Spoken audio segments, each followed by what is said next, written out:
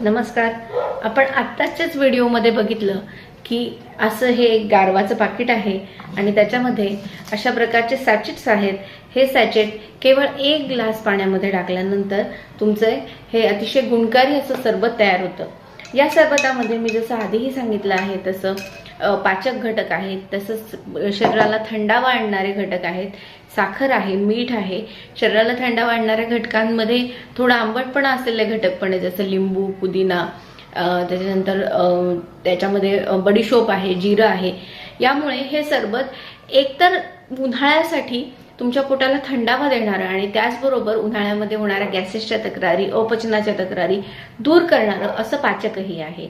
हे सरबत बनवण्याची पद्धत अतिशय सोपी आहे आणि मी एका शब्दात ज्याला म्हणते की रिहायड्रेशन थेरपी पद्धतीने हे काम करतं. बऱ्याचदा आपण उन्हात गेल्यानंतर खूप पाणी पितो, त्यामुळे पोट डब्ब होऊन जातं आणि तसा थकवा शरीराला वाटत नाही किंवा दमल्यासारखं वाटतं किंवा खूप घाम आल्यानंतर पोटऱ्या दुखायला लागतात, चक्कर आल्यासारखं होतं आणि एकदम काय करावं सुचत नाही. अशा वेळेला जर तुम्ही गारवाचं सरबत हे 1 पाऊच 1 ग्लास पाण्यामधून जर तुम्ही घेतलं तर 1 ग्लास म्हणजे हार्डली 1 कप रादर 100 ml किंवा 120 ml पाण्यामध्ये जरी तुम्ही ते घेतलं तर ज्यातून साखर, मीठ, मिनरल यांचा योग्य पुरवठा होतो.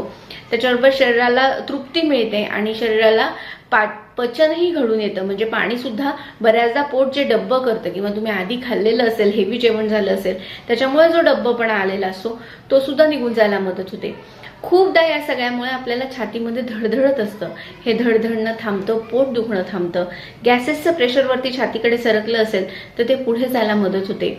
घामामुळे त्रास होत असेल, उन्हातल्या फिरण्यामुळे सनस्ट्रोक सारखा त्रास होत असेल, तळपायांची आग होत असेल तर अशा वेळेला हे सरबत 1 किंवा 2 ग्लास दिवसभरामध्ये प्यावं आणि शतधोत तळपायाला लावावं. ह्याच्यामुळे तळपायांची आग उन्हामुळे होणारी आणि सनबर्नचा त्रास किंवा सनस्ट्रोकचा त्रास कमी व्हायला मदत होते.